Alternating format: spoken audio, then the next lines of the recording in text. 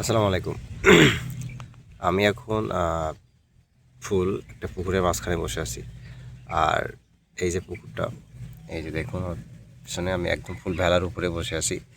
আর এই পুকুরের আয়তন হলো 4.25 বিঘা। আর এই প্রজেক্টটা হচ্ছে একটা পাবদার প্রজেক্ট।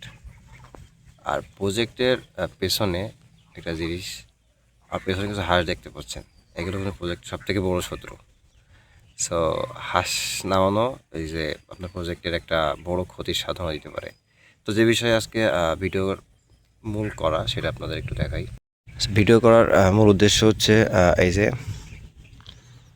অ্যারোটারের, আপনি এখানে দেখবেন দুইটা অ্যারোটার, একটা হলো মেইন যে পুকুর অ্যারোটার, সেটা হচ্ছে এই যে এটা মেইন অ্যারোটার। এর অক্সিজেন ম্যাশিং বলে আমরা সেটা হলো এই। আর দ্বিতীয়টা দেখতে পাচ্ছেন, এটা হলো একটা ড্রেনেজ পাম্প মোটর, যেটা আমরা পুকুর সেচ দেওয়ার কাজে যেটা ব্যবহার করি মূলত, সেটা হচ্ছে এই যে এটা। আর এই যে মাথায় যেটা দেখতে পাচ্ছেন, এটা টিউ দিয়ে বাঁধানো হয়েছে।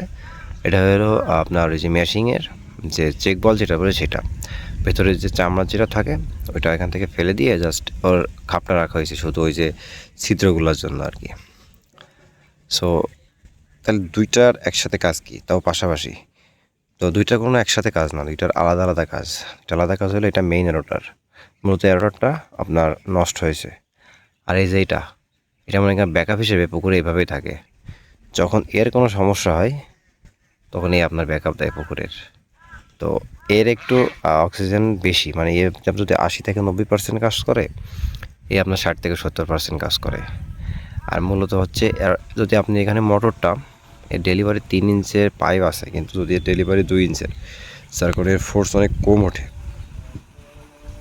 আর আপনার যদি আপনি এখানে 2 ইঞ্চির পাইপ দেন তাহলে এর ফোর্স আবার বেশি আসবে।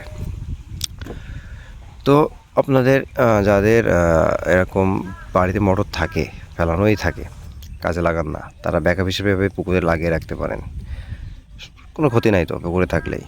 তো যেমন এখানে যদি এটা রাত্রে নষ্ট হয়েছিল, এই ব্যাকআপ হিসেবে কাজ করছে। তো বিষয়টা তো অনেক সুন্দর। আপনার কাছে কেমন লাগছে এটা আপনারা অবশ্যই জানাবেন।